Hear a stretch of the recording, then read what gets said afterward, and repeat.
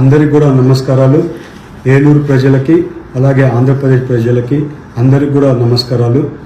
ఇవాళ నేను ఎక్కడ కానీ తప్పు చేయలేదు, మీ అందరికీ నేను చెప్పుకోవాల్సిన అవసరం ఉంది.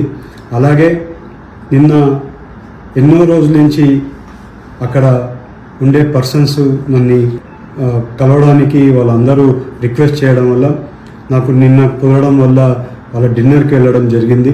ఆ డిన్నర్లో ఎక్కడ కానీ నేను తప్పు చేయలేదు.